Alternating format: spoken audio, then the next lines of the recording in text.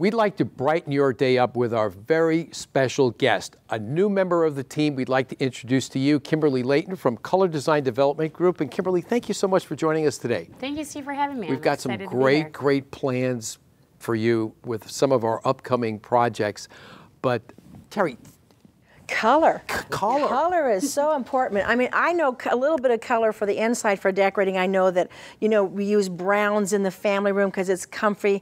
And then a lot of times we'll use gold and bright orange colors for like the dining room area because it, you know, the food. But you're really talking about paint on the outside of the house and what kind of psychology it tells to the public when they're driving by, like let's say a bank. Yeah.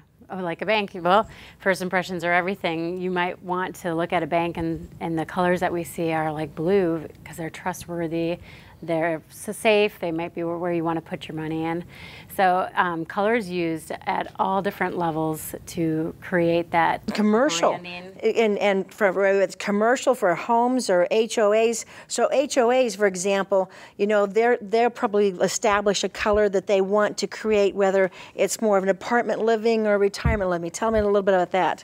Well, yeah, certain homeowners associations have like determined color palettes, and we've done several of those where we help them open up their palette. They may have been limited to just maybe 10 color choices when the development started, and all the homes kind of look the same. Yeah. And I've gone into those homeowners associations and opened up their color palettes by including different brands and different colors that they could use with the roofs that actually still go very well with the homes, but and add some interest. Blends in with mountains, I heard we were talking about earlier. So that's a real important thing. So if you're a commercial company, you're sitting on a board and you're looking at that, this is who you want to talk to because you even have a real good understanding about whether or not you're going to have a light or dark color that blends into the environment and the mountain. Right. Right. There are certain LRV, which is light reflectancy value requirements in certain cities that do require us to use colors and tones that are going to be used to blend in.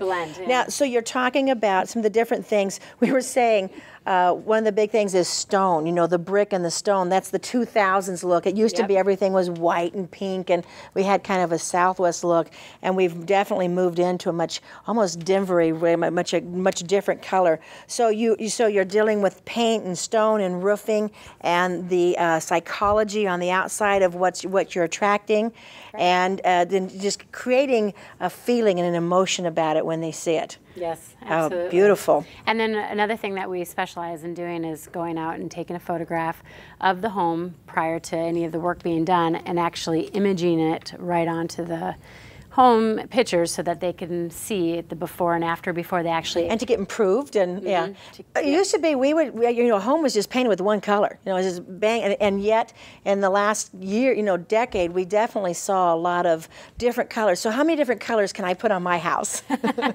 on the outside? It all depends, but, you know, usually you can get away with 2, 3, you know, especially if you have different textures going on as well for, you know, garage doors or, you know, the fascia along the roof line. Sure.